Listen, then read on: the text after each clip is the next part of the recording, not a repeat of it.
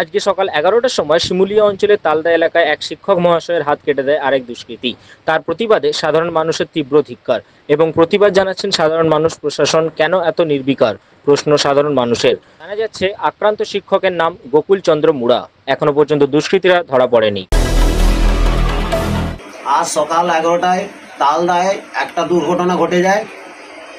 একজন শিক্ষক স্কুলে যাচ্ছিলেন, হঠাৎ করে একজন দুষ্কৃতী চপার দিয়ে তার হাত কেটে দেয়। পুলিশ এখনও নিষ্ক্রিয়, পুলিশের এখনও সাড়া মেলেনি। পুলিশ এখন দোষীদের আড়াল করার চেষ্টা করছে। আগামী দিনে এই সমাজ কিভাবে যাবে, কিভাবে চলবে, সেটা এখন ভাবার বিষয়। দিন দুপুরে 11টার সময় এরকম যে অত্যাচার পাবে, একটা শিক্ষিত মানুষ যাচ্ছে, তার উপরে সেই শিক্ষিত মানুষ যাচ্ছে, তার পিছাকে মোটরসাইকেলে ওভারটেক করে একটা দুষ্কৃতী একটা মানুষ, শিক্ষিত মানুষের হাত কেটে দেয়। দিন দাঁড়ে পুলিশ প্রশাসন কিছু নেই, কেউ অ্যাকশনটা নিচ্ছে না, কেউ কিছু করছে না, তীব্র প্রতিবাদ করছে না। কি ব্যাপার, এটা কি হচ্ছে, দেশের কি পরিস্থিতি হচ্ছে, দেশের কি হালচাল হচ্ছে? আগামী দিনে মানুষ বেঁচে থাকতে পারবে? আগামী দিনে মানুষ বেঁচে থাকবে কি না?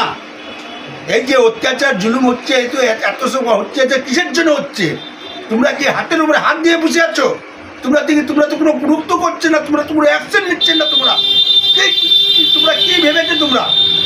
পূর্ব মেদিনীপুর থেকে নরেন্দ্র মণ্ডলের রিপোর্ট, ক্যামেরায় বাপি দাস, নিউজ কলকাতা 24।